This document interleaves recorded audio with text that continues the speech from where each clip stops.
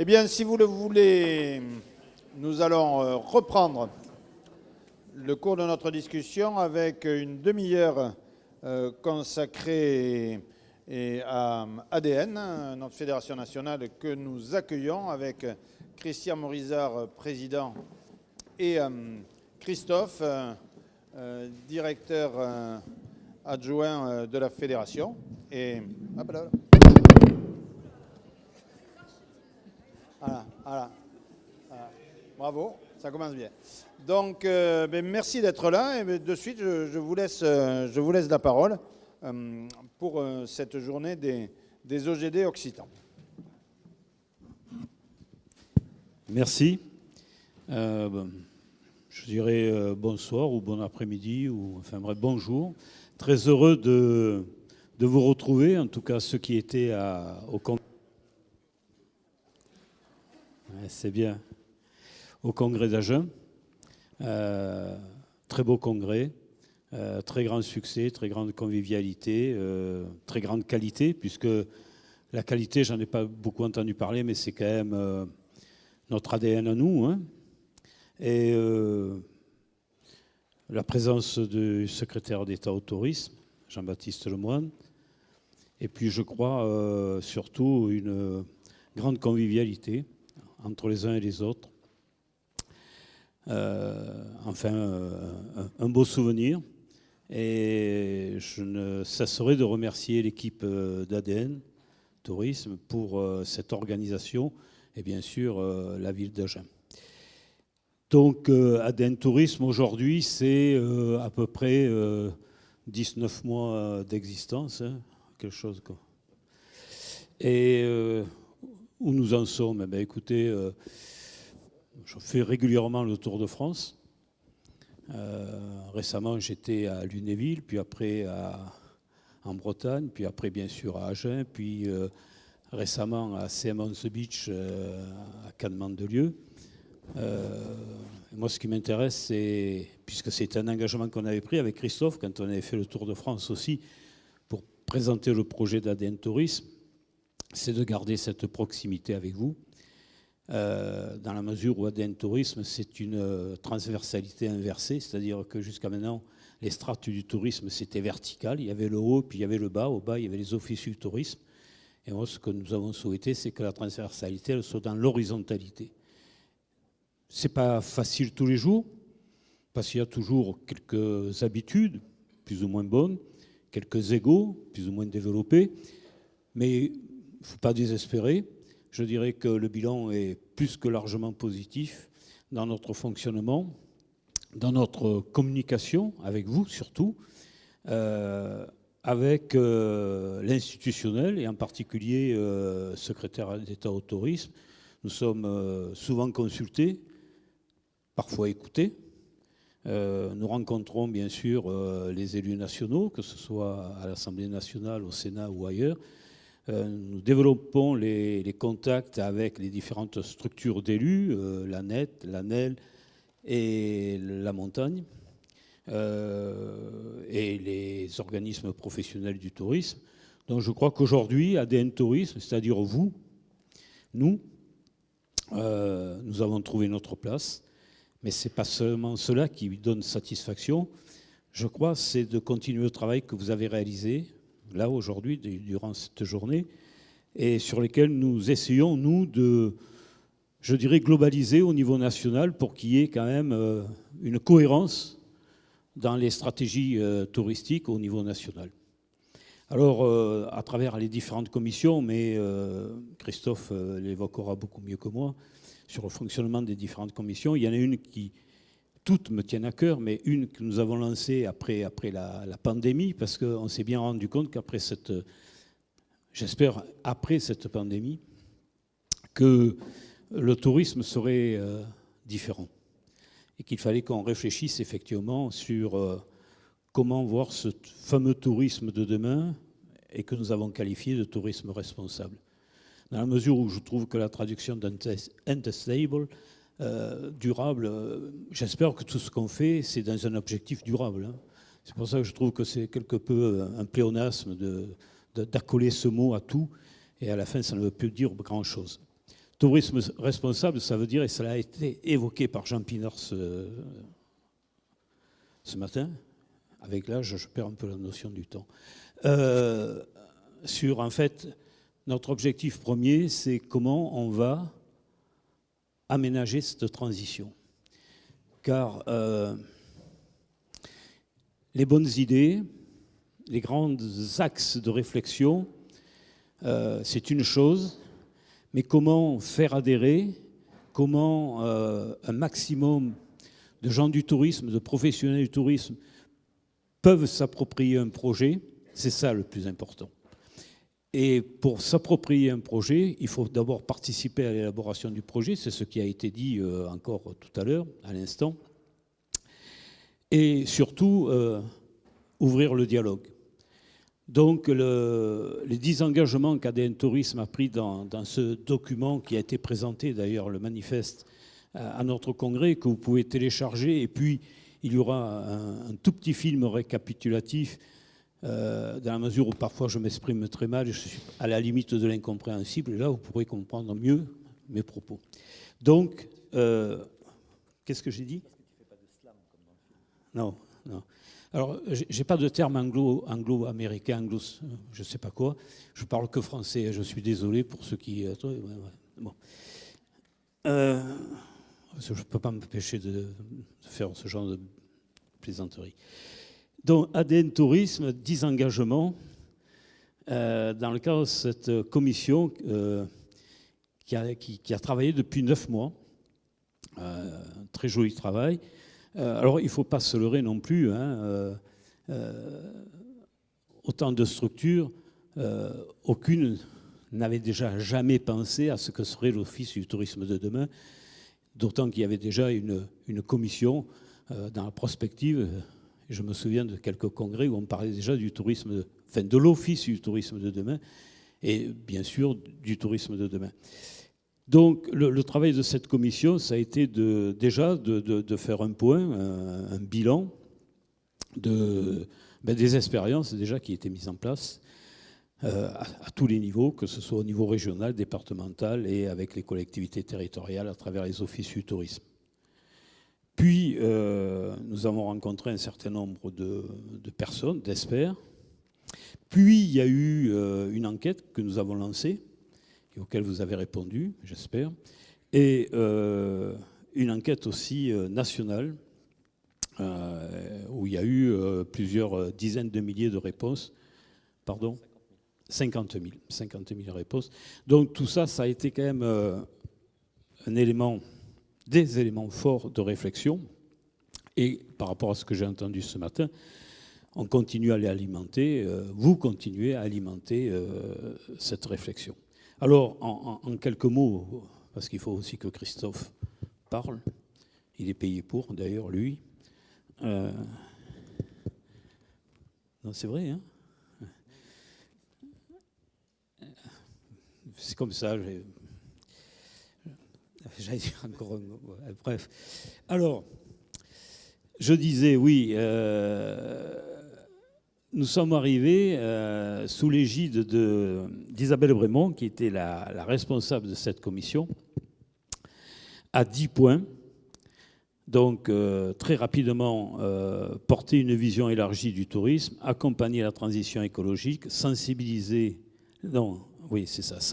et former les décideurs et les techniciens, faire de nos organismes des structures exemplaires, élargir la notion d'accueil touristique à celle d'hospitalité, prendre soin de tous les publics, structurer un réseau d'experts sur les territoires, créer et valoriser des offres touristiques, promouvoir la filière gastronomique locale et les circuits courts, et enfin repenser et élargir la mesure de l'activité touristique. Ces 10 points qui sont développés dans ce manifeste, en fait, ce n'est pas non plus quelque chose qui est taillé, comme on dit, dans le marbre. C'est-à-dire que c'est évolutif, d'abord par rapport à la situation globale dans laquelle nous vivons, et que la vérité d'aujourd'hui n'est certainement pas celle de demain, et donc il faut avoir cette capacité de s'adapter et d'être dans une forme de souplesse, je dirais. D'autant que, suite à ce premier travail, à cette première prise de contact dans le cadre de notre congrès, Pas plus tard que d'ici la fin du mois, le 25 novembre, c'est cela, Christophe? Oui. Donc nous rencontrerons des organismes des élus, que ce soit l'ANET, l'Association nationale des élus des territoires touristiques, l'ANEL pour le littoral et l'ANEM pour la montagne, car si nous voulons que nos projets réussissent, il est évident que cela passe par une volonté politique. Et la volonté politique, ceux qui l'ont, la volonté politique, et qui sont capables d'agir avec nous, pour nous, et pour surtout nos clientèles, ce sont effectivement les élus. Donc, et au niveau national aussi, puisque pas plus tard que cette semaine, nous avons écrit à la présidente de la commission tourisme du Sénat que nous devons rencontrer incessamment sous peu. Et là, tout à l'heure, j'ai signé un courrier à mon ami Jean-Baptiste Lemoine pour lui demander un nouvel entretien et pour aussi montrer mon mécontentement au fait qu'ADN Tourisme n'a pas été invité au sommet du tourisme de jeudi dernier. Mais c'est un détail, nous y reviendrons ultérieurement. Voilà, en quelques mots, les engagements d'ADN Tourisme. Je dirais que nous ne fonctionnons que par vous, que pour vous, que toutes les commissions sont ouvertes. Ce que je souhaite tout particulièrement, c'est que les comptes rendus des commissions soient diffusés le plus largement possible à votre connaissance. Alors, on a un certain problème, hein, c'est qu'actuellement, on communique énormément, entre autres par rapport actuellement la commission paritaire, mais Christophe en touchera deux mots sur les négociations de la valeur du point, etc. Donc je pense qu'à un moment donné, trop d'informations tue l'information, mais il n'empêche que nous avons mis en place cette communication. Si effectivement vous ne percevez pas toute la communication, c'est qu'on a seulement un petit problème, soit de... Bien. Y a-t-il un attentat? Je vois rien. Hein. La prochaine fois, je viendrai avec des lunettes noires, hein, non pas avec des lunettes de vue, c'est insupportable. Bien, voilà, écoutez, vous pouvez envoyer le film, monsieur, s'il vous plaît. Voilà.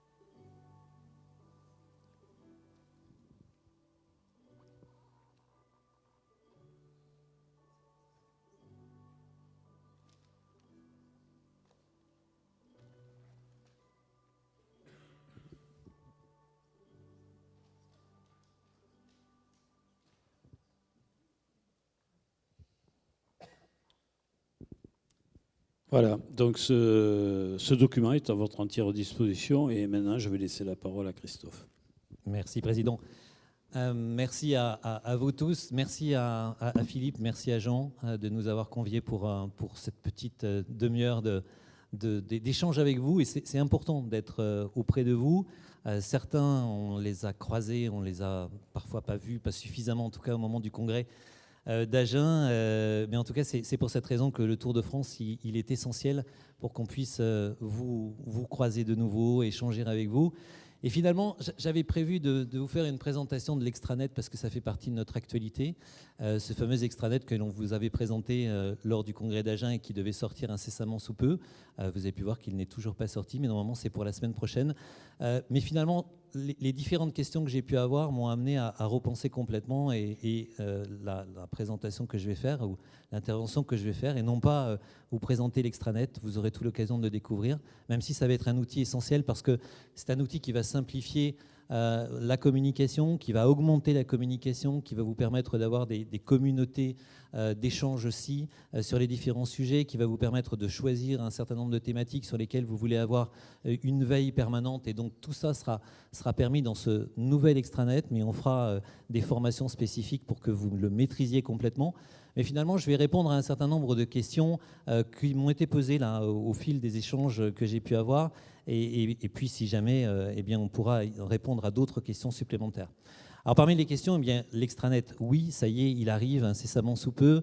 Mais au-delà de ça, c'est la communication que l'on a encore modifiée. Vous avez pu voir que la dernière version de la revue, celle qui vous a été envoyée en fin de semaine dernière, qui est une présentation un peu différente, avec un focus aussi sur l'équipe à la fin, de façon à ce que vous connaissiez mieux les 16 personnes qui travaillent à ADN Tourisme et que vous en connaissiez un petit peu plus les éléments qui les font vibrer. Donc ça, c'est un élément nouveau. On va reprendre aussi les rendez-vous qui étaient les mercredis d'ADN. Eh bien, ça ne sera plus les mercredis. Ce ne seront plus les mercredis, mais ce seront les vendredis matins d'ADN. Donc avec des rendez-vous réguliers de 45 minutes, un format court qui permet d'aborder certains sujets très pratico-pratiques. On aura aussi un certain nombre de rendez-vous réguliers avec des experts. Par exemple, Isabelle Autissier sera parmi les personnes que l'on interrogera, et entre autres que l'on interrogera sur le tourisme responsable et sa façon de voir les choses, d'autant qu'elle est présidente d'honneur de WWF. Donc pour toutes ces raisons-là, la communication est un élément essentiel.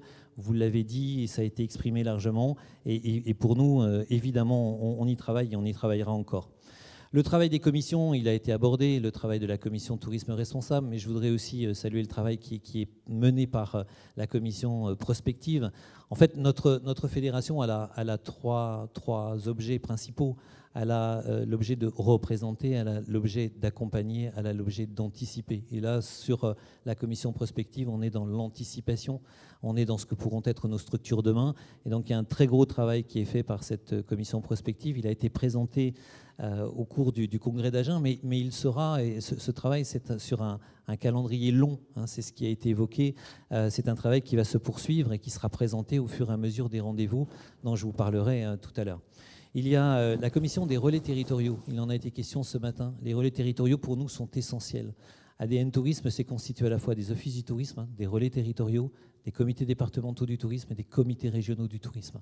Et donc les relais territoriaux, dans la façon dont les choses se sont passées, avec la rapidité, bien qu'on y ait travaillé pendant 18 mois, mais après on a été constitué alors même que la pandémie nous arrivait dessus, les relais territoriaux se sont sentis un petit peu oublié, en tout cas un petit peu abandonné dans l'ensemble de cette organisation-là. Et c'était absolument pas la volonté que l'on avait. Il y a eu un très beau travail qui a été mené lors d'un atelier à Agen sur les relais territoriaux et la façon dont ils vont pouvoir travailler à nos côtés en permanence et mieux travailler en permanence aux côtés de la fédération. Et donc cette commission et ce travail des relais territoriaux, on se voit le 2 décembre prochain.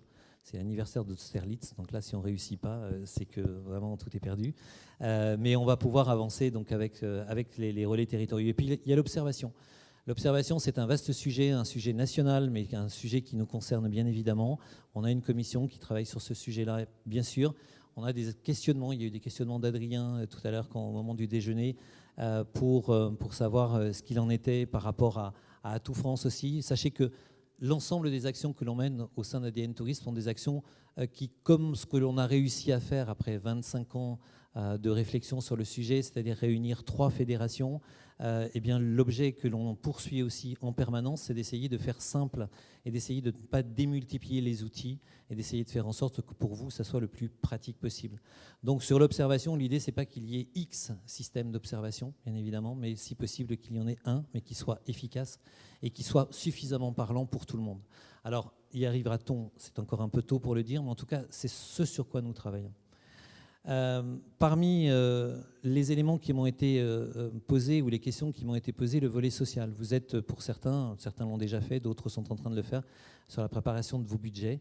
Et donc, vous vous posez la question, pour ceux qui sont rattachés à la convention collective des organismes de tourisme, est-ce qu'il y aura une évolution de la valeur du point? Est-ce qu'il y aura une évolution des indices, etc. etc. Effectivement, c'est un sujet qui a toujours été épineux dans le cadre des 3 strates. Dans la mesure où, sans rentrer dans les détails, les moyennes salariales ne sont pas les mêmes. C'est une évidence.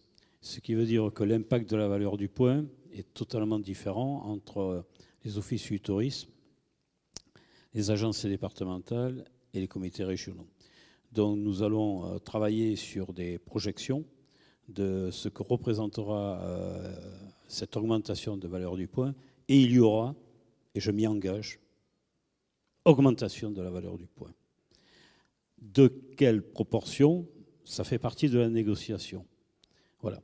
Et donc, nous en parlerons au prochain conseil d'administration qui a lieu le 25 novembre. Je communiquerai les propositions des syndicats, qui sont totalement différentes les unes des autres.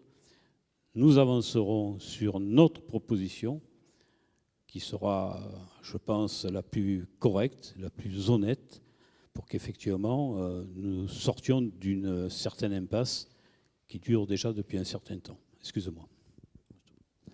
Alors, augmentation de la valeur du point, vous l'avez saisi. Dans les autres nouvelles importantes par rapport au budget, les cotisations d'ADN Tourisme ne bougeront pas. Elles seront exactement les mêmes que 2021, qui étaient les mêmes que 2020, qui étaient les mêmes que 2019, qui étaient ainsi de suite. La réflexion sur les cotisations se fera pour 2023, mais en tout cas pour 2022, vous pouvez partir effectivement sur les mêmes bases que celles que vous aviez. Parmi les autres éléments ou les questions qui m'ont été posées concernant les meublés de tourisme, la grille des meublés de tourisme, mais ça y est, elle a été enfin revue et la nouvelle grille sera opérationnelle à partir de février 2022. C'est-à-dire qu'à partir de ce moment-là, les nouveaux classements que vous seriez amenés à faire se feront sur une grille simplifiée qui aura été entièrement réactualisée et qui aura été validée, je l'espère, par la signature des 2 ministres concernés. C'est encore dans les tuyaux de la signature. Mais on va faire des formations spécifiques. À ce titre-là, d'ailleurs, il y a 2 outils. Vous étiez un certain nombre à utiliser un outil qui avait été réalisé en son temps par ProTourisme et qui, sans être obsolète complètement, était difficile à faire évoluer par rapport à certaines de vos attentes. Maintenant, il y aura 2 possibilités. Il y aura un outil qui sera un outil plus, qui est l'outil GLAM, utilisé par un certain nombre de comités départementaux du tourisme. Et puis, il y a un autre outil qui est en cours de réalisation, qui est issu d'une collaboration avec l'UD de la Haute-Savoie, et qui avait fait un gros travail sur ce sujet-là. Et donc, on a assimilé en fait cet outil pour en faire un outil ADN Tourisme. Et donc, c'est celui qui remplacera petit à petit l'outil ProTourisme que vous utilisiez, intégrant donc la nouvelle grille de classement.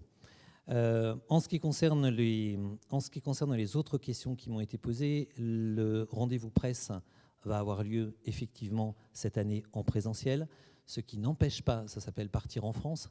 Là aussi, c'est une simplification qu'on a faite puisqu'il existait un rendez-vous presse des comités régionaux du tourisme, un rendez-vous presse des comités départementaux du tourisme. Il existe toujours un rendez-vous presse des offices du tourisme. Il n'était pas question de le faire disparaître. Simplement, donc nous, en tant qu'ADN, on a fait en sorte qu'il y ait un rendez-vous et non pas 2 rendez-vous des ADT d'un côté et des CRT de l'autre.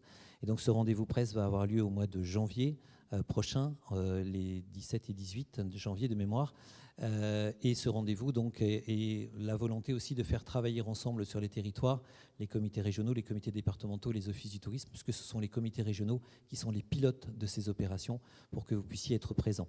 Au-delà de ça, il y aura 2 autres rendez-vous, mais qui ne seront pas en présentiel, qui sont des rendez-vous en distanciel et qui permettent de travailler avec les journalistes. On l'a testé cette année par la force des choses.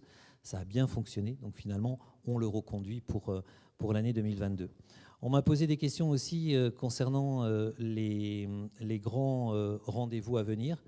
Les grands rendez-vous à venir, il y en a un, et là je repasserai la parole à notre président. C'est l'Assemblée générale qui va avoir lieu en mai ou juin 2022 et pour laquelle il y a un changement notoire en ce qui concerne le collège des offices du tourisme. Mais là, je laisse peut-être le président vous en parler. Très bien. Bien, hein. Ah oui, il est bien, il est bien. Je l'avais choisi en partie, hein, heureusement d'ailleurs. Un rappel, notre conseil d'administration, c'est 16 membres du comité de filière des offices du tourisme, dont 8 élus et 8 techniciens. Puis les 2 autres collèges, c'est 12 et 12 pour le CRT, 6 et 6, toujours parité élus techniciens. Donc, il y a eu des élections municipales, mais nous avions pris un engagement que nous ne bougerions pas les membres du collège de filière des officiers du tourisme, sauf si effectivement les nouvelles équipes en place nous écrivaient en nous disant « Monsieur un-tel ou Madame un-tel n'est plus habilité à représenter la structure pour laquelle il a été élu ». Ça n'a pas été le cas, sauf un cas. Et encore, c'était dans le cadre du précédent conseil d'administration du comité de filière. Voilà. Donc c'est un peu compliqué. Pourquoi ? Parce qu'effectivement, les membres du conseil d'administration d'ADN Tourisme sont cooptés dans les comités de filière. Vous allez voter au mois de mai ou de juin par des élections organisées par ADN Tourisme en fonction des nouveaux statuts que nous avions bâtis, votés, avant la dissolution de la Fédération nationale des offices du tourisme.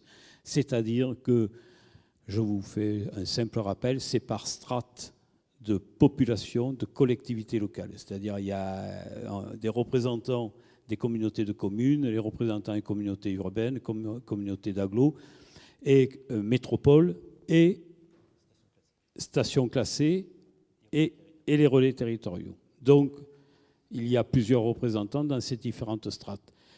C'est exactement 39 élus au total, si je ne m'abuse. Parce qu'on avait fait 39 pour 3 fois 13, puisque c'était par... Enfin, on verra, on vérifiera. 39 ou 40. Et de ces 40 nouveaux élus, avec autant que faire se peut, un respect, on va dire, par rapport aux lois régaliennes, entre autres sur la parité, donc c'est pas évident, nous cooptons, en accord avec le conseil d'administration, on va dire ex-OTF, les 16 représentants qui représenteront le comité de filière au sein du comité d'administration d'ADN Tourisme. Aujourd'hui, nous avons eu des élections départementales et régionales. Il va y avoir un changement au conseil d'administration en ce qui concerne tourisme et territoire, et 4 changements en ce qui concerne des destinations en région qui sont les CRT. Nous aurions dû avoir, par le biais de chaque comité de filière, qui est seul et unique responsable des désignations des membres cooptés, et uniquement les comités de filière. C'est-à-dire que les représentants des CRT, c'est les CRT qui les choisissent. Les représentants de tourisme et territoire, c'est les départements, et les représentants d'OTF, ex-OTF, c'est les offices du tourisme. Ça fait partie des accords dans le cadre de la fusion. Donc aujourd'hui, parce que la région, les Hauts-de-France, n'ont pas encore désigné leur président, normalement, nous aurions dû avoir une présentation au prochain conseil d'administration du 25 novembre, les nouveaux membres du conseil d'administration choisis par les différents comités de filière. Dans la mesure où, effectivement, un président n'a toujours pas été désigné par son autorité de tutelle, c'est-à-dire le président de région, Nous avons décidé, dans le cadre du dernier bureau, que nous reportions cela pour début janvier, à partir du moment où ce président aura été désigné. Dans le cadre de l'Assemblée générale qui aura lieu en mai ou juin, donc il y aura un nouveau conseil d'administration, il y aura donc une élection de bureau par respect des lois associations, loi 1901, et il y aura effectivement un nouveau président, puisque la présidence, c'est une présidence tournante, et la présidence tournante fera que c'est un président issu du collège des CRT qui sera choisi. Voilà. En quelques mots, l'organisation, ça peut paraître compliqué, c'est relativement simple, c'est dans le respect de nos statuts qui ont été bâtis dans une forme de consensus, avec une représentation qui est ce qu'elle est, et peut-être, je ne sais plus qui c'est, si c'est Jean-Luc ou Jean Pinard, dans le cadre de l'évolution du tourisme, on peut espérer qu'un jour, il y aura des élections directes et uniques pour ADN Tourisme et que tout un chacun pourra voter pour qui il veut, comme il veut, quand il veut. C'est tout le travail que je souhaite à la future équipe, on va dire, qui sera en place à partir de mai-juin, dans la réflexion, effectivement, comment on peut évoluer pour être vraiment, je dirais, une famille. Elle est déjà unie, mais encore plus unie, encore plus forte. Voilà. Voilà, donc si l'on vous parle, on vous a parlé de cela, c'est que si vous souhaitez candidater, eh bien, vous aurez la possibilité de le faire dans le courant de l'année 2022, début 2022, où l'on commencera à rechercher les candidats. Mais on aura besoin de candidats. Je vois certains qui commencent à dire non, pas du tout. Si, on aura besoin de candidats. Et puis je terminerai par le rendez-vous. Vous avez connu pour certains d'entre vous le rendez-vous d'Agen. Le rendez-vous de l'année prochaine est un rendez-vous un peu différent parce que ce sont les rencontres du réseau. Donc c'est pas un congrès, c'est pas le même format qu'un congrès. Il n'y a pas la partie exposition, mais c'est un rendez-vous incontournable pour faire le point sur un certain nombre de dossiers et la présentation des travaux, entre autres, j'en parlais tout à l'heure, de la commission prospective, mais pas que. On recherche une thématique, on est en train de travailler sur une thématique, et donc ce sera à Dunkerque les 28 et 29 septembre. On teste quelque chose de différent, c'est-à-dire qu'on n'est plus sur un jeudi, vendredi, on sera sur un mercredi, jeudi, et ça commence le premier jour, c'est une journée complète, et le deuxième jour, ça s'arrête à partir de 12h, 13h, donc ce qui permet de pouvoir rejoindre éventuellement son domicile. Voilà pour les rendez-vous. Des rendez-vous, il y en a bien plus que ça, mais je vous invite à aller voir le site d'ADN Tourisme, l'extranet qui va arriver. En attendant, pour l'instant, ce sont les 2 anciens extranets qui fonctionnent toujours. Et puis, surtout, ne pas hésiter à consulter l'équipe qui nous entoure. Véronique Brison, la directrice générale, et moi-même. On est entouré maintenant de 14 personnes. Il y a une nouvelle personne qui vient d'arriver sur le sujet observation, justement, et qui travaillait auparavant dans un comité régional du tourisme. Donc ces 14 personnes-là sont à votre écoute. Nous aussi d'ailleurs, hein, Véronique et moi, mais à votre écoute pour répondre à toutes vos questions. Et si jamais la réponse ne parvient pas, n'hésitez pas à me relancer, certains l'ont fait, via les réseaux sociaux entre autres. Nous sommes à votre écoute véritablement, et une fois de plus, comme le disait notre président, ADN Tourisme n'existe que parce que vous êtes là et que vous nous soutenez. Donc longue vie à ADN Tourisme, et surtout merci à vous pour votre soutien.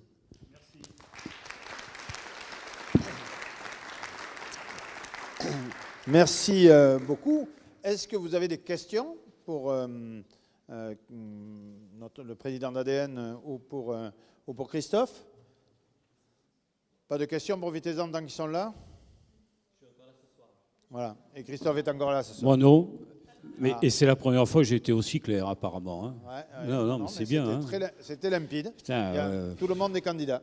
Le manifeste, voilà. vous pouvez le trouver, il est téléchargeable, mais sinon, il y a quelques exemplaires qui sont là, si vous souhaitez ce format papier. Eh bien, merci beaucoup, Christophe. Merci beaucoup, Président. Merci beaucoup. Merci beaucoup, tout simplement. Voilà. Mais nous allons poursuivre cet après-midi avec un rendu flash des 3 ateliers de cet après-midi.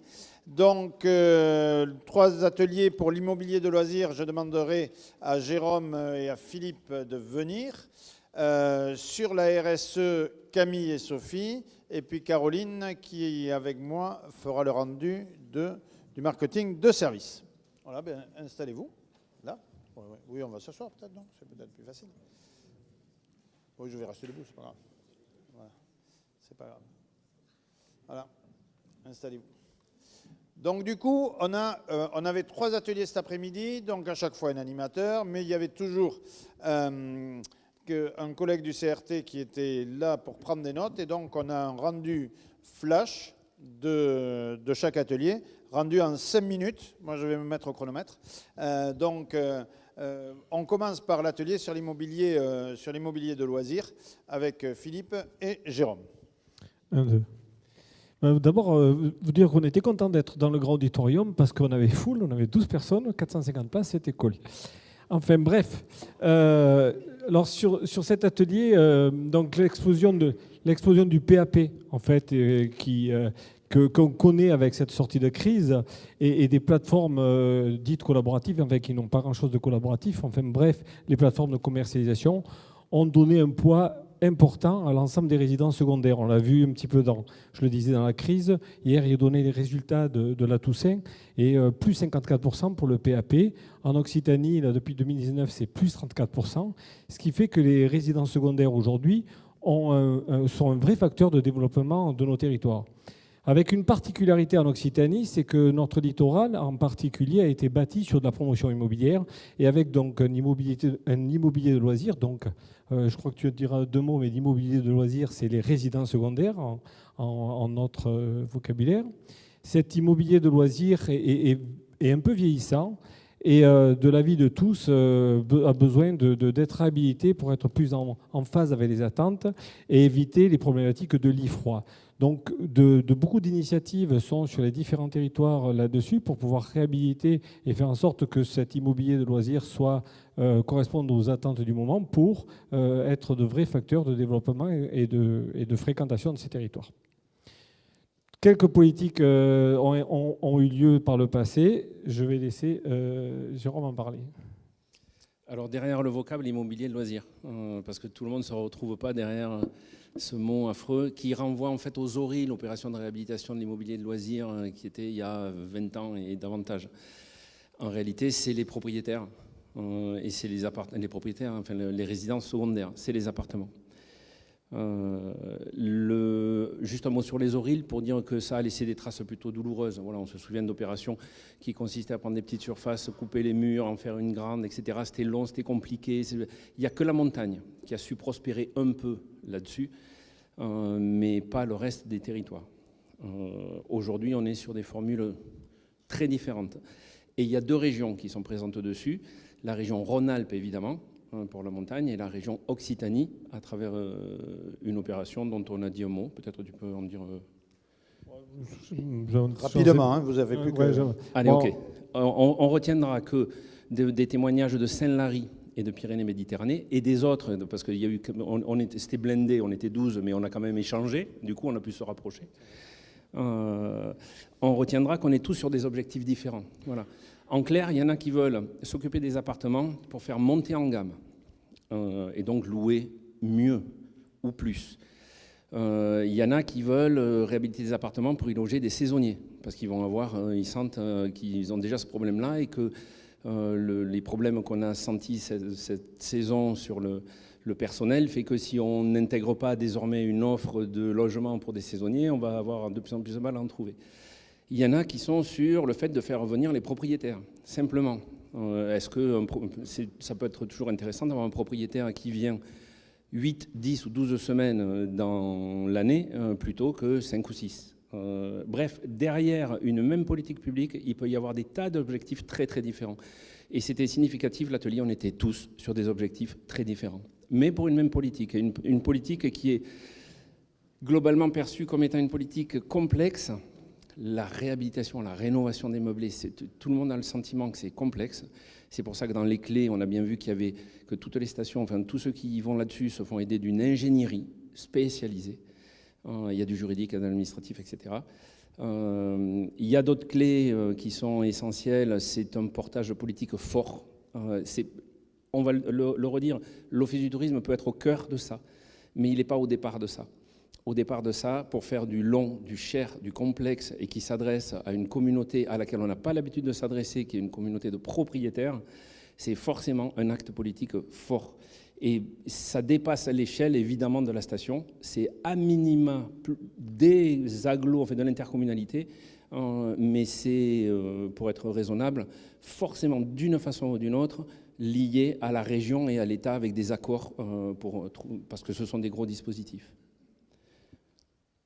Des clés rapidement. On le disait, l'OT au centre. Voilà, parce que c'est ça qui... L'OT a la capacité, et ça rejoint effectivement les débats de ce matin, ça rejoint les propos de Jean-Luc, l'OT a la capacité d'engager le dialogue avec une communauté, ce sont nos métiers, et donc qu'une collectivité veuille lancer cette politique publique et la confie la maîtrise d'œuvre en quelque sorte, ou même la maîtrise d'ouvrage à l'OT, ça a du sens, voilà. Et ça peut faire partie des actions qui vont vers lesquelles les OT peuvent se réorienter demain. Mais parce qu'on n'a pas toutes les compétences, mais on a toutes les qualités nécessaires. Et puis la première, c'est que aller parler à des propriétaires quand c'est la ville qui s'adresse à des propriétaires. Les propriétaires, ils savent qu'on va leur parler ou d'urbanisme ou de règles ou de fiscalité. Enfin, c'est rarement sympa quand même quand la ville décide de s'adresser à l'ensemble de ses propriétaires. L'Office du tourisme, c'est très différent. Il a un capital sympathie au départ et donc on a bien vu que mettre l'OT au centre de ça, c'est plutôt malin dans la plupart des cas. Donc un OT qui peut être acteur majeur de ce type de stratégie de développement. Donc il peut être porteur, et c'est le cas quand cette politique publique elle est à l'échelle de la station. Il peut être acteur majeur quand cette politique est au niveau de la communauté d'agglo. Mais dans tous les cas, il y a une vraie stratégie et un vrai rôle autour de l'accompagnement un petit peu holistique de ces propriétaires. Il y a un vrai intérêt stratégique parce que du coup, ça permet d'accompagner ou de diffuser les logiques identitaires du positionnement de la destination, en faire des ambassadeurs et bien entendu créer une fidélisation autour de la fréquentation de la destination. Derrière, et j'ai fini là-dessus, formation, bien entendu, et l'exemple que Jérôme nous a donné, c'est des référents de meublés qui sont en capacité d'apporter toute l'expertise, la technicité autour de la fiscalité, autour de la commercialisation et bien sûr autour de la qualification de cette offre. Donc voilà, on est sur, et l'idée a été retenue sur l'exercice 2022, intégrer pour ceux qui le souhaitent une vraie formation un peu lourde et importante sur des référents meublés pour favoriser le développement des résidences secondaires.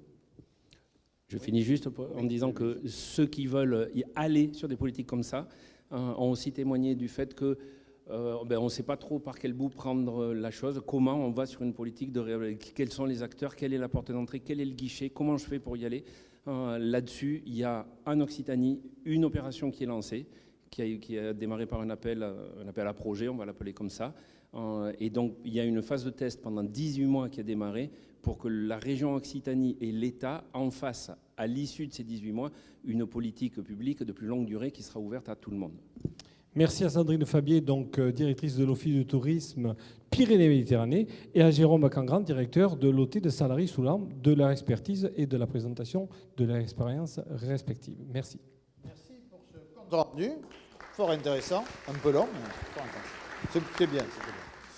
Alors, avec Caroline, nous allons suivre sur l'atelier numéro 2, qui était l'atelier sur le marketing de service, avec les témoignages de l'SD.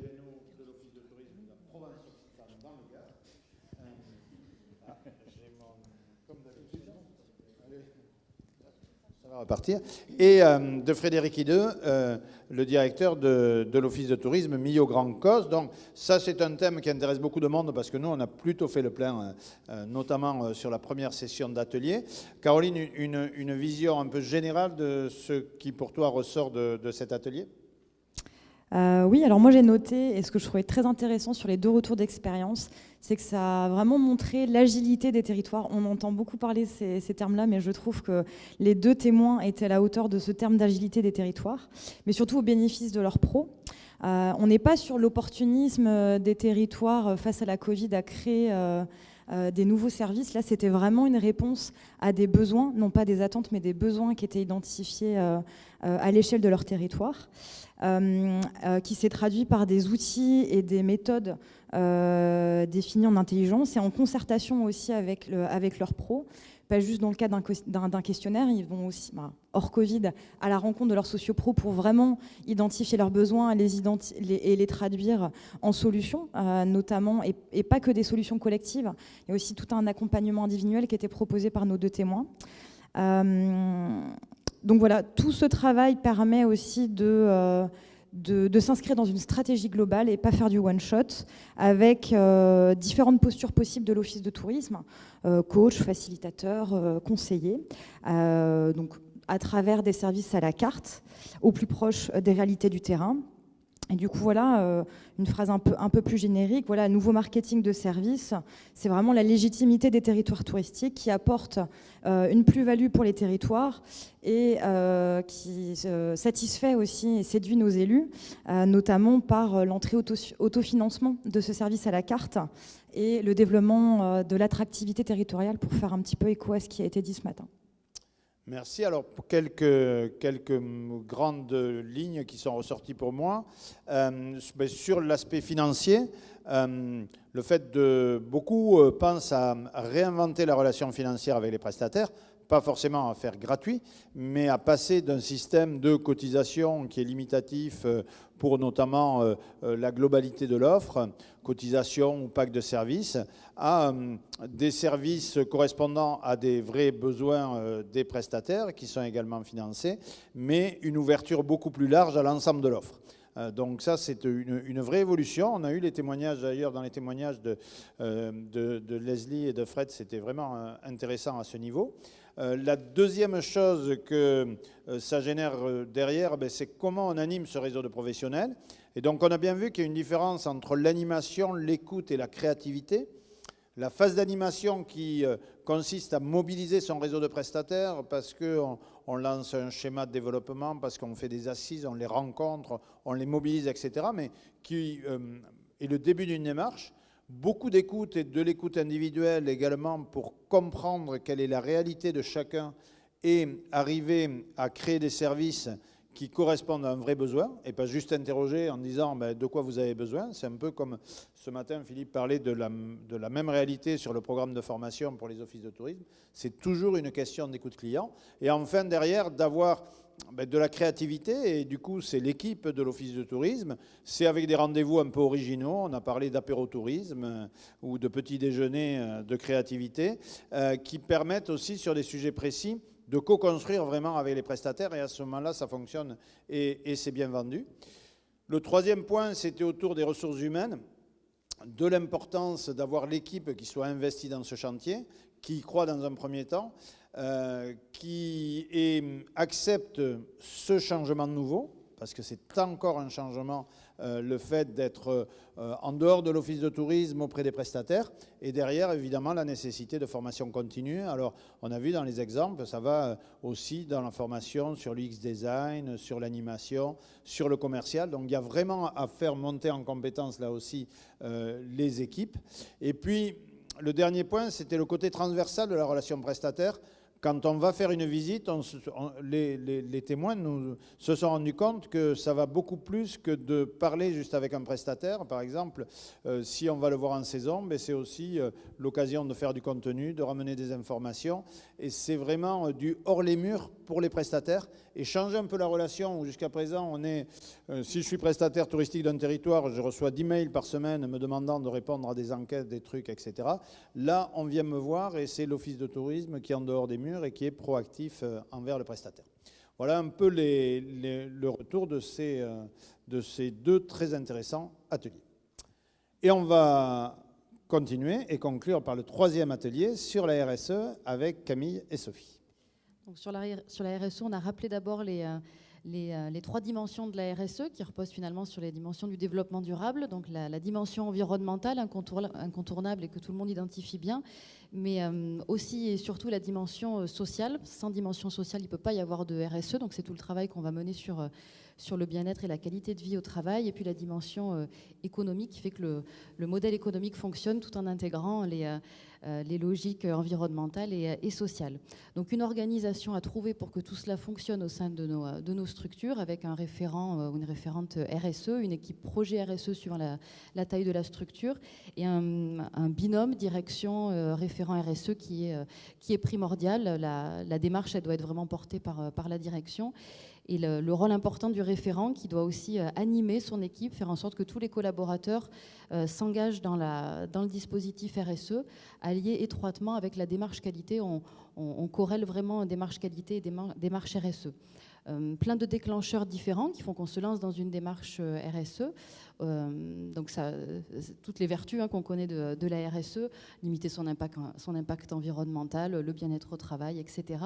Mais aussi l'arrivée de nouvelles clientèles, des clientèles qui sont plus soucieuses de leur impact environnemental, et l'arrivée aussi de collaborateurs davantage en quête de sens. Donc tout ça entraîne donc peut-être l'arrivée de cette envie de travailler la RSE. C'est facilité aussi par le travail qui est porté par le CRTL, et notamment donc les actions en termes de développement durable, et l'accompagnement qui a aussi été amené par l'AFDAS avec la prise en charge d'un accompagnement sur la mise en place de la RSE dans sa structure. On a eu le témoignage de Fred de l'Hôte Tourisme et de Lorraine de l'OT Béziers Méditerranée. Toutes deux ont été accompagnées par Primum Non Nocere dans le cadre de ce suivi de l'AFDAS et financé entièrement par l'AFDAS. Et Sophie Pirquin du CRTL Occitanie nous annonçait que ça bouchonne un petit peu. Il y a pas mal de structures qui sont en attente de cet accompagnement. Et donc, il va y avoir de nouvelles structures pour accompagner au-delà de Primum Non Nocere pour répondre aux attentes de tous. Alors, je vais juste compléter avec les expressions des participants qui étaient là dans la salle et qui nous ont apporté beaucoup de choses très riches en termes de remarques, en termes de questions, en termes de craintes aussi d'ailleurs, de dilemmes et voire des propositions assez intéressantes. Donc je vais vous les rapporter. D'une part, il y a eu effectivement des questions qui concernent la mobilisation, puisqu'effectivement la RSE c'est quelque chose qui ne se fait pas en silo. On a besoin d'essaimer sur son territoire et d'entraîner tout l'écosystème touristique avec soi, des sociopros, des partenaires. Et la question de la mobilisation était importante. La question aussi de la pérennisation de l'action, c'est-à-dire comment est-ce qu'on arrive à faire une action dans le temps qui va se poursuivre, qui va grandir et se construire. Et la question aussi qui est arrivée et que je mettrai avec sur la question des cursus de réussite à proposer finalement sur son territoire. Et en fait, deux clés ont émergé dans les témoignages qu'on a eus. Une première clé qui est une clé de communication, c'est-à-dire que la communication va être primordiale pour arriver à embarquer l'ensemble des parties prenantes, internes, externes, voire grand public. Donc ça, c'est une première chose qu'on a retenue. Et une deuxième chose très importante, c'est le rôle des élus, sans qui il n'y a pas de pérennisation de l'action. Il faut vraiment qu'il y ait là un fil rouge assuré par la conviction, l'engagement, le soutien et les moyens accordés grâce aux élus. Voilà, ça c'est deux choses très importantes. Après, on est arrivé à un autre type de questions et de dilemmes, notamment par rapport finalement à l'ampleur de ce que représente le RSE et tous les domaines qu'il touche. Et finalement, à la fin d'un plan d'action, quand il est stabilisé au bout d'un an, ce qui est déjà formidable, moi je trouve que c'est un travail remarquable, parce que le râteau est quand même très très large, tiré. Finalement, il y a quand même je dirais des remarques de vérité qui disent « et là, on se fait peur ». Voilà, donc ça c'est une première chose. Une deuxième remarque qui arrive dans le même registre, c'est le risque du one-shot. Oui, mais est-ce qu'on ne risque pas d'avoir des partenaires qui finalement, pour se verdir un peu, disent « bon, ben voilà, je vais participer à une action et puis là je l'aurai fait » et ne s'inscrivent peut-être pas dans la durée. Et puis il y a aussi le problème de la réaction qu'on a communément dans le tourisme durable, on le fait déjà. Ça, c'est très, très compliqué. Et en fait, là, on a pu recenser en fait, l'avantage de la démarche d'amélioration continue que représente le RSE. C'est que ce qu'on fait déjà, c'est très bien. On va le valoriser. Ce qu'on fait, mais pas très bien, on va l'améliorer, on va le changer et on a des process et des idées de solutions. Et puis en plus, on va faire des propositions de choses nouvelles qui vont réinventer effectivement nos activités. Voilà. Donc c'est là où la RSE a une méthodologie qui nous permet quand même de répondre à ces 3 gros écueils qui nous ont été exprimés. Et ça, c'était assez intéressant. On est vraiment dans une approche de solution. Ensuite, il y a une remarque qui a été faite dans la salle, et je n'ai pas vu parce qu'il y avait vraiment beaucoup de monde à la deuxième session, qui nous a dit, mais en fait, la RSE, c'est tout à fait la charte européenne de tourisme durable, la CETD, qui est une charte qui est développée dans les parcs. Ce qui était très intéressant parce qu'aujourd'hui, on est dans une journée qui est consacrée aux OGD, et dans l'ensemble de ces OGD, ces organismes gestionnaires de la destination, ont été conviés effectivement les parcs qui étaient représentés ici. Et donc ce parallèle est, je trouve, très intéressant. Il faudrait qu'on le creuse un petit peu d'ailleurs. Et enfin, une dernière grande série de remarques qui ont abordé la question de la multiplicité de tous ces outils qui nous amènent vers la qualité. Et puis souvent était évoquée la démarche qualité. La démarche qualité, au bout d'un moment, il y avait une ambiguïté quand même sur cette démarche qualité, mais de laquelle parle-t-on ? Très clairement. Et c'est vrai qu'aujourd'hui, on parlait de la RSE qui recouvre quand même l'ensemble finalement je dirais des grands principes du tourisme durable. On sait qu'on a Qualité Tourisme qui est un socle très très important pour nos offices de tourisme dans la performance. On a des labels de qualification au tourisme durable. On a l'affichage environnemental qui est un outil formidable sur lequel effectivement le CRT va essayer vraiment d'impulser un développement. Et à un moment donné de la salle est sortie une idée assez positive qui disait, mais finalement, est-ce qu'il ne faudrait pas simplement intégrer la RSE dans la prochaine grille qualité ? Je soumets la suggestion à qui de droit, mais en tout cas, c'est vrai que cette multiplicité des démarches et des outils et leur usage avec pertinence, c'est une vraie question aujourd'hui. Et d'ailleurs, je ne veux pas inciter, mais mercredi, il y a une mini-conférence sur ce thème de la qualité et des outils de labellisation pour y voir clair. Mais en tout cas, voilà, on a là une démarche, un dispositif remarquable à RSE. Il ne faudrait surtout pas, je dirais, la faire se télescoper avec d'autres. Voilà. Eh bien, merci beaucoup.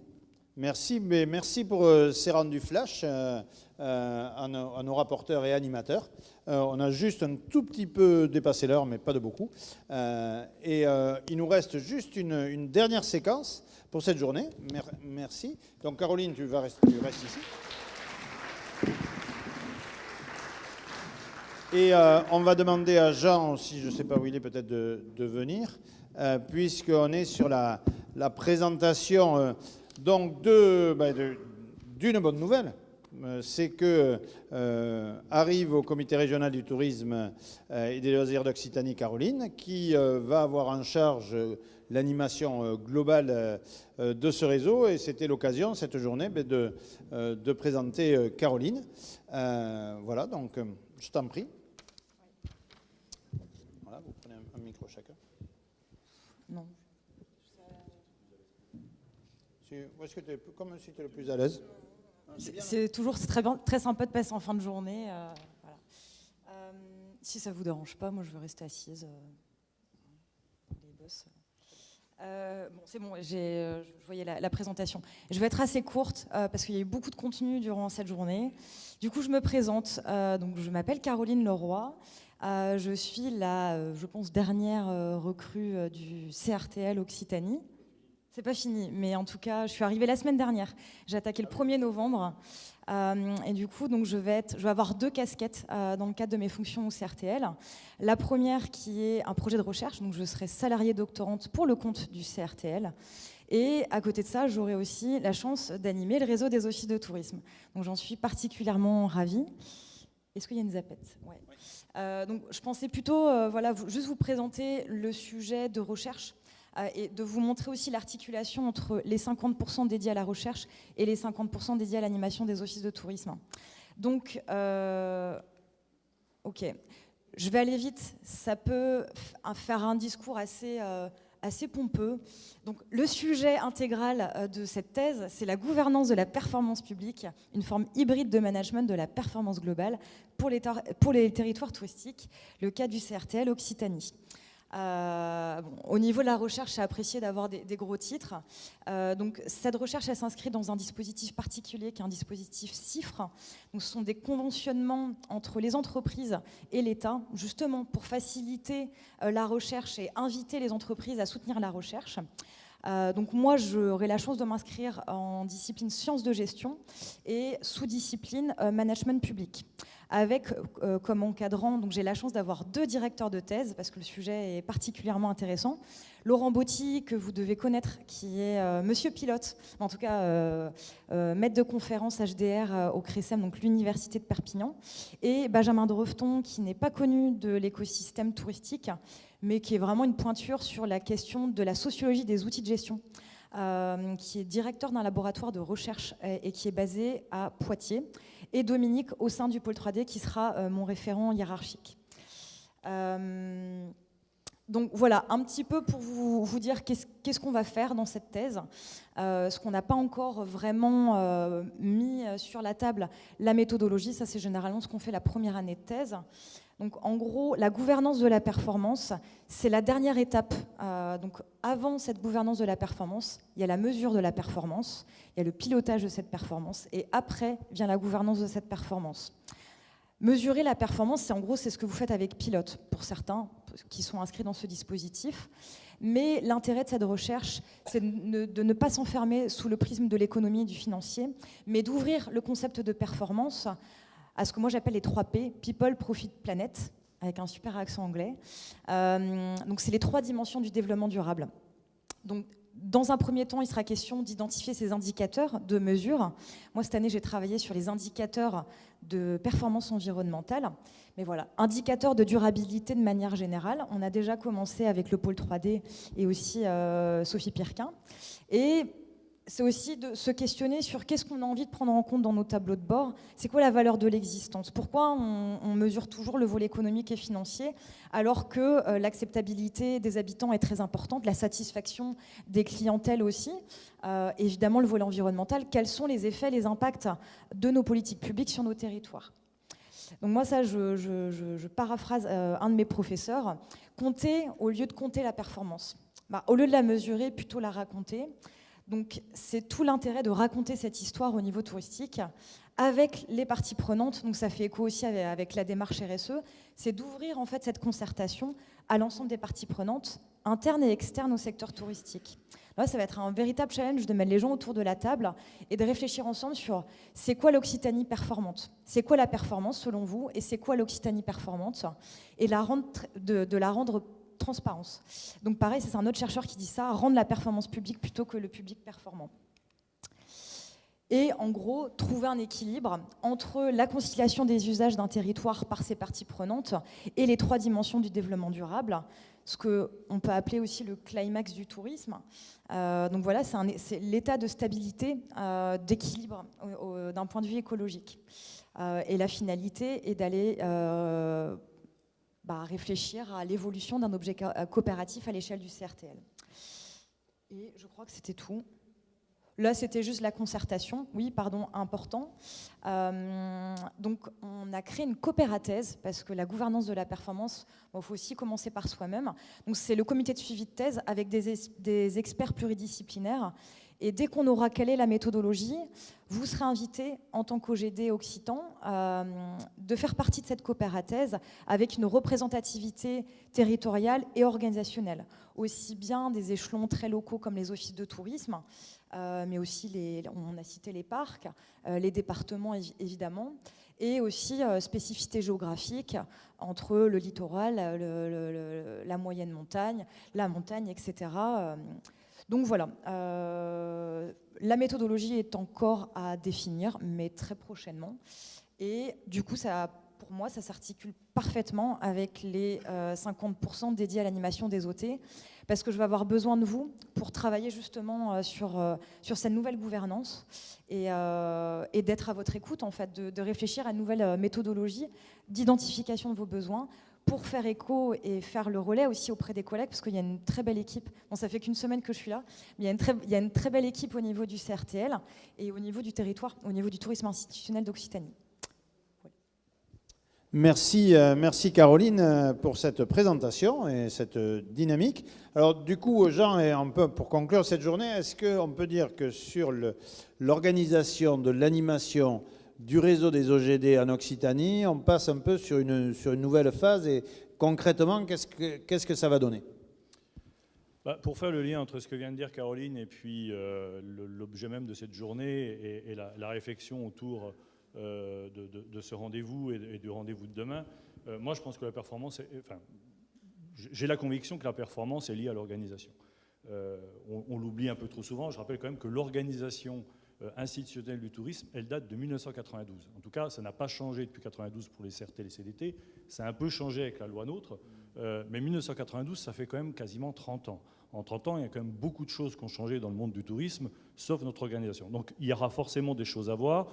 Moi, ce que je sais, c'est que quand on commence un travail sur les schémas de développement touristique, que ce soit à l'échelle locale ou à l'échelle régionale, quand on pose la question aux opérateurs touristiques de ce qui amènerait plus de performance, irrémédiablement, c'est toujours la même réponse, c'est votre capacité à vous entendre entre vous. Le entre vous, c'est entre acteurs institutionnels. Je donne quand même ce chiffre parce qu'il est important. À l'échelle de l'Occitanie, il y a environ, à travers les enquêtes qu'on fait sur le nombre de salariés dans les offices de tourisme, dans les parcs, parce que je pense que c'est important aussi de rappeler que les parcs sont aussi des acteurs aux côtés des organismes locaux de tourisme. Quand on additionne l'ensemble des salariés, on est à peu près à 2000 salariés qui travaillent dans les OGD en Occitanie. Ça fait environ 160 millions d'euros. Derrière, il faut qu'on soit irréprochable. Quand je tapais tout à l'heure le mot, parce que je voulais me mettre quelques notes, mon correcteur d'orthographe, il m'a mis irresponsable, mais c'est bien irréprochable qu'il faut que nous soyons. Et c'est souvent là-dessus qu'on se fait attaquer. Et je disais ce matin, on a perdu des parts de marché. Aujourd'hui, pour préparer ces vacances, les OGD perdent des parts de marché. On perd des parts de marché au profit, alors vous l'avez vu dernièrement, de signatures de conventions où Airbnb s'engage à redonner la taxe de séjour. Enfin, merde, c'est normal qu'ils la donnent. Les offices de tourisme, on n'a pas fait un communiqué de presse pour dire tiens, les offices de tourisme s'engagent à redonner la taxe de séjour. Là, Airbnb vient de signer une convention en disant voilà, on va donner 5 millions d'euros à la Fondation du patrimoine en disant c'est nos contributions au développement durable. Je veux savoir quel lien avec le développement durable, sachant que sur les 5,6 millions, ils en récupèrent les 2 tiers puisque c'est la défiscalisation.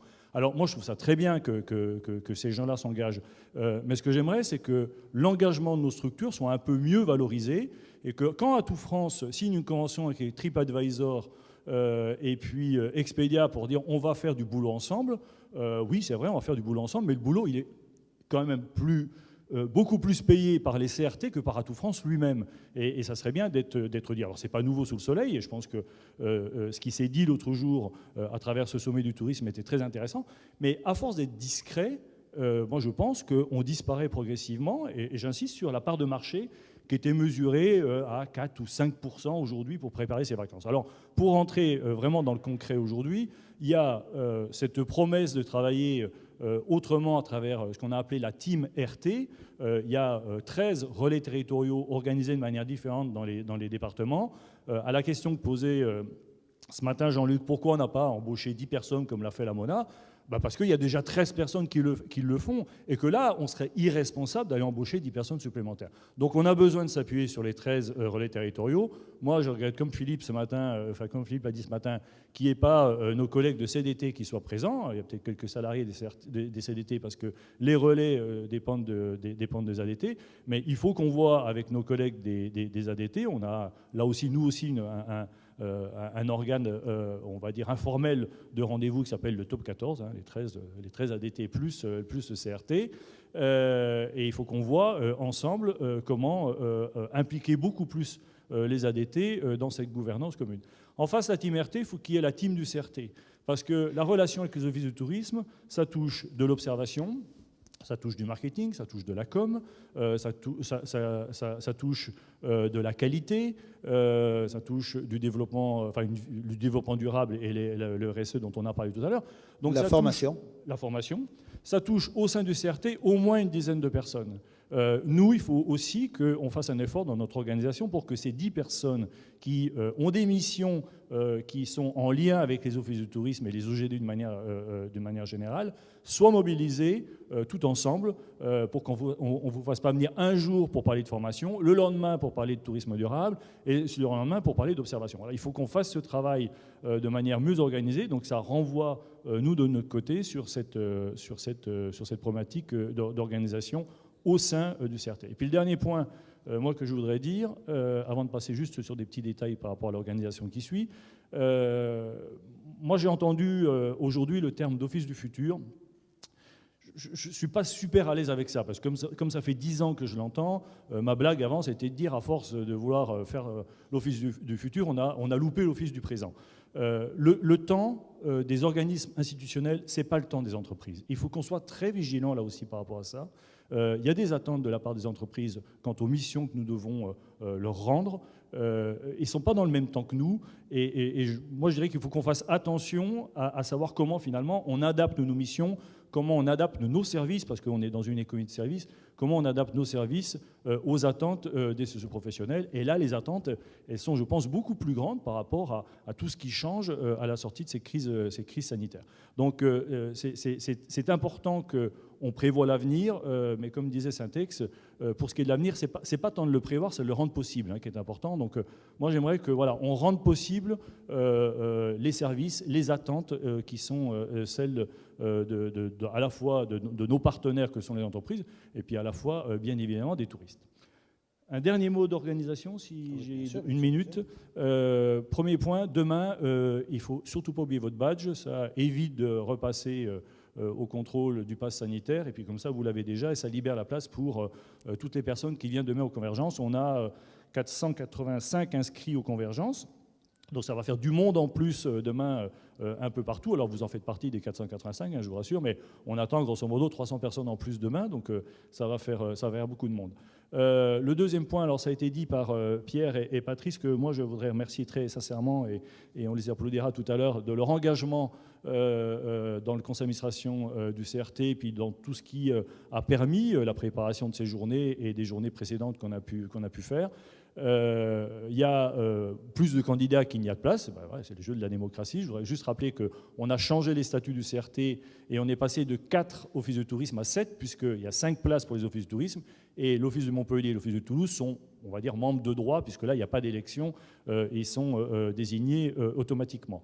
Donc ça fait plus de candidats, juste parce qu'il y a eu un peu d'incompréhension.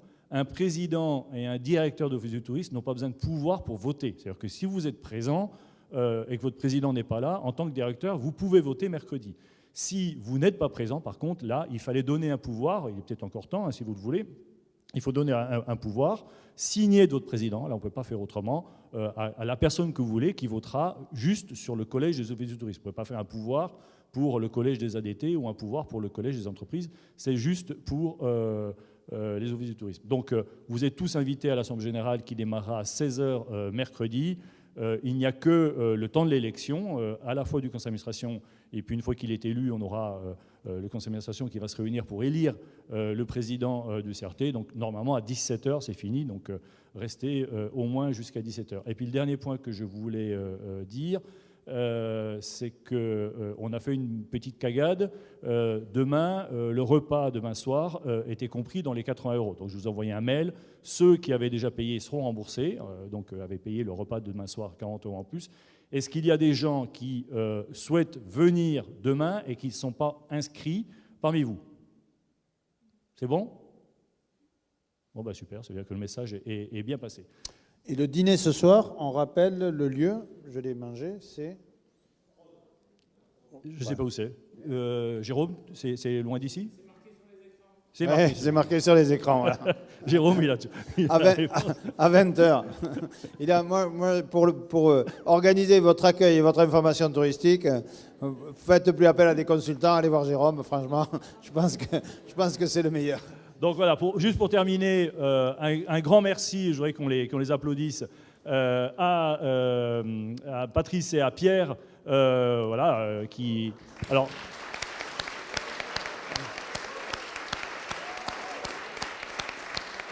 et puis,